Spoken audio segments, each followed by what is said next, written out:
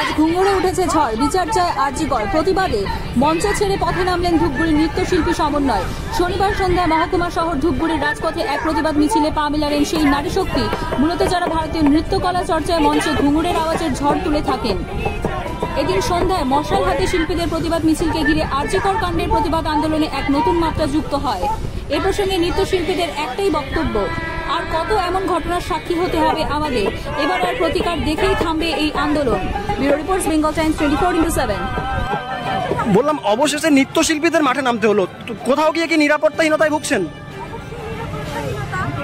আরজি করের একটা হাসপাতাল, সেই হাসপাতালে নিজে কর্মস্থানে যেখানে এতটা অত্যাচার হতে পারে, শুধু ধর্ষণ নয় মারধর, এরকম একটা বিভৎস কাণ্ড হতে পারে, সেখানে আমরা বাইরে বেরোচ্ছি কি করে?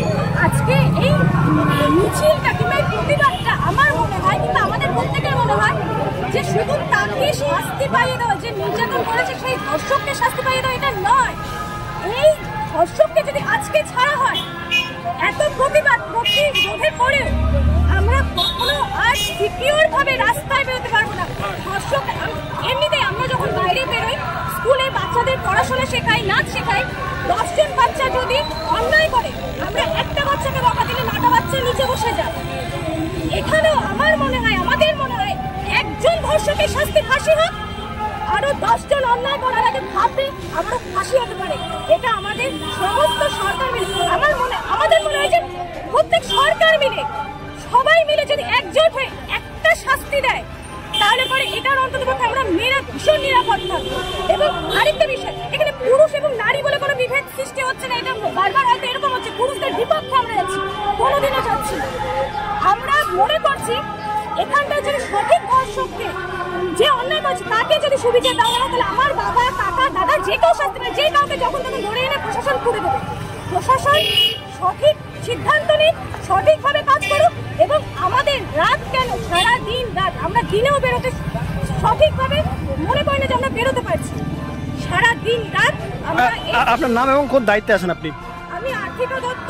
আমরা প্রত্যেকে এখানে নৃত্যশিল্পী, আমিও নৃত্যশিল্পী, এখানে নাচ শেখাই এবং প্রত্যেকে এই মিছিলে অংশগ্রহণ করেছে। এবং যতদিন না এর কোনো সুরাহা হচ্ছে, আমরা মিছিলে রাস্তায় পথে প্রতিবাদে থাকবই। আপনাদের আজকের কর্মসূচি মানে কি কিভাবে হলো, কি করলেন?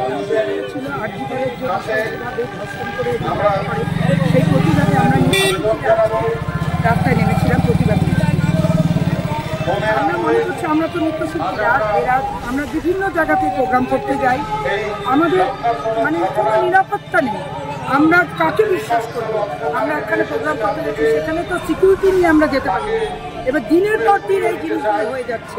আমরা ন্যায় বিচার চাই, সুবিচার চাই, যাতে এমন বিচার হোক যাতে কোনো কিছু করতে যাওয়ার আগে একবার অন্তত ভাবে, যে করতে যাবে অন্যায় কাজ, সে একবার অন্তত ভাবে যে না, এই আরজি করের ঘটনায় এমন শাস্তি হয়েছিল যে আমরা আর ভয়ে সে পা বাড়াবো না। এরকম আমরা ন্যায় বিচার চাই।